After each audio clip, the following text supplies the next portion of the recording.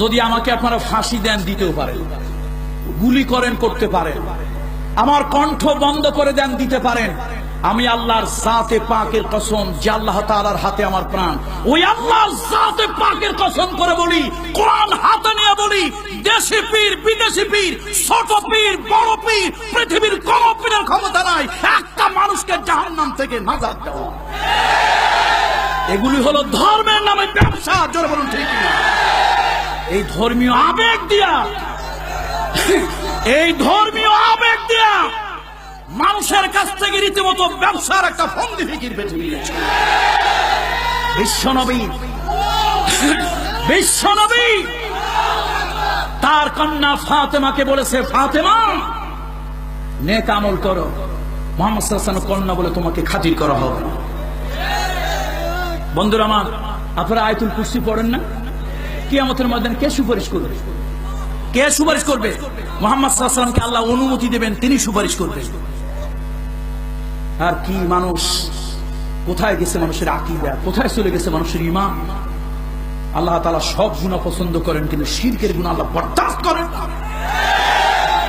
ভাইরা আমার, শিরক বড় শিরক, ছোট শিরক, সব শিরক মানে অংশীদার। আচ্ছা, এখানে আপনাদের আশেপাশে বড় ফ্যাক্টরি আছে না? কারখানা বা ফ্যাক্টরি নাম বলেন একটা, আর নাম বলেন না। এশিয়া, এশিয়ার 100% মালিক একজন। ওর ভিতরে যদি 10% শেয়ারও কেউ কেনে, সে ওইটার মালিক কিনা। ছোট হোক অল্প হোক, অল্প হোক, সে কত পার্সেন্ট শেয়ারের মালিক?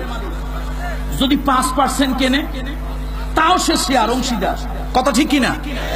একজনের শেয়ার 95, আর একজনের কত? সে কি দাবি করতে পারবে আমি এটার অংশীদার? দাবি করতে পারবে নাকি পারবে না? বন্ধুরা আমার, আপনি আল্লাহ যা পারে সামান্য একটু অংশ যদি কেউ মনে করেন আল্লাহ তো নাজাত দেয়, তবে ওলি আল্লাহরও দিতে পারে। 1% হইল শিরিক হয়ে গেছে, 1% হইল কি হয়ে গেছে? শিরক হয়ে গেছে।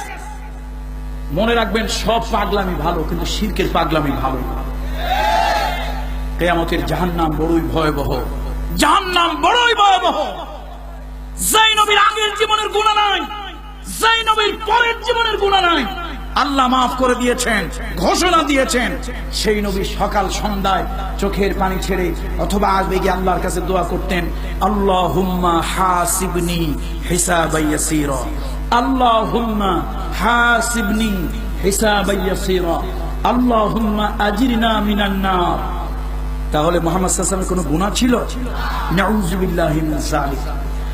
আল্লাহ তাআলা তাকে মাসুম, বেগুনাহ বানিয়ে দিয়েছিলেন। সেই নবী যদি জাহান্নাম থেকে পরিত্রাণের জন্য আল্লাহর কাছে দোয়া করে, ওই নবী যদি কিয়ামতের ময়দানে আল্লাহর কাছে হিসাব সহজ করে দেওয়ার জন্য দোয়া করে, তুমি আর আমি কে? কে আমরা? বন্ধুরা আমার, দুর্ভাগ্য আজকে দুনিয়ার সব ব্যবসার মন্দা, শুধু ধর্ম ব্যবসার মাশাআল্লাহ বাজার ভালো। সব ব্যবসার কি যাচ্ছে? আকাল দুর্দিন যাচ্ছে, অর্থনৈতিক মন্দা যাচ্ছে সব ব্যবসায়। একটা ব্যবসা মাশাআল্লাহ ভালোই চলা, পুঁজি ছাড়া ব্যবসা লস হওয়ার কোনো ভয়? পুঁজি খাটাইলেই না আপনার লস হবে, পুঁজি নাই লস নাই। সুতরাং মনে রাখবেন, কিয়ামতের ময়দানে আল্লাহ রাসূল আম্মা জান আয়েশা সিদ্দিকাকে বলেছে, আয়েশা কিয়ামতের ময়দানে মানুষগুলো উলঙ্গার লঙ্গিনী হয়ে উঠবে। আম্মা জান আয়েশা সিদ্দিকা বলেন, ইয়া রাসূলুল্লাহ, আমাদের কি লজ্জা লাগবে না?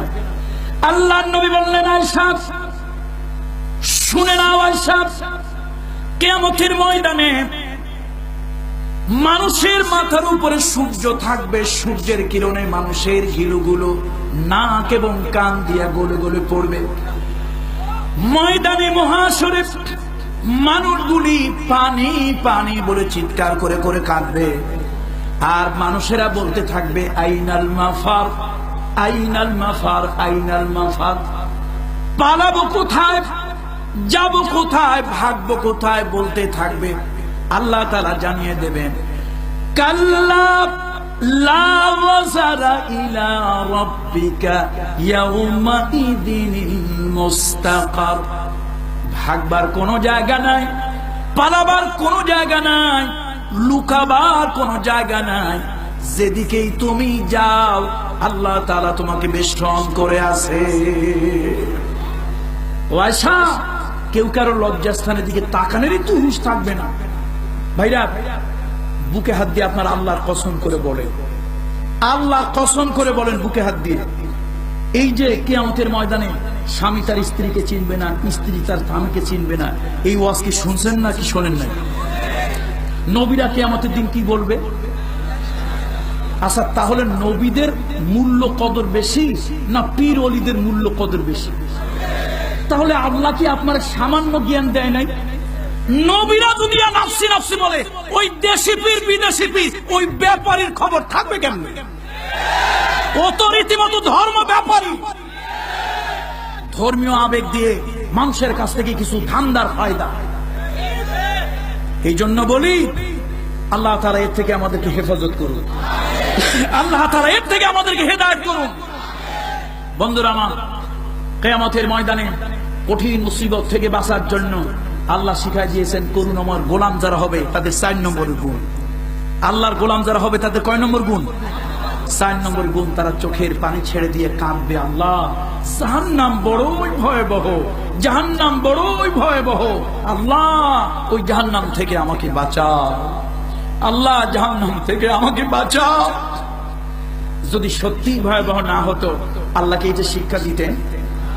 আচ্ছা, আপনারা এইটাও বলেন, আজ পর্যন্ত কোন আলেম ওলামার মুখ থেকে শুনছেন কিয়ামতের ময়দানে, হাসরের ময়দানে কোনো ছায়া থাকবে না, একটা ছায়া ছাড়া? শুনছেন কি শোনেন নাই? কার ছায়া সেইটা? কার ছায়া সেইটা? তাহলে আল্লাহর আরশের ছায়া। যদি এই দুনিয়ার বাবারা এত বড়ই ক্ষমতাসীন হতো তো বাবার ছায়াও তো হতো। কিয়ামতের ময়দানে নাজাতের রাস্তা একটাই, আল্লাহর গোলাম। জোরে বলেন ঠিক কিনা? নবীরা যেখানে নাফসি নাফসি বলে কাঁদবে, সেখানে এই ব্যবসায়ীদের খবর কোথা থেকে থাকবে? আল্লাহ তাআলা আমাদের প্রতি রহম করুন।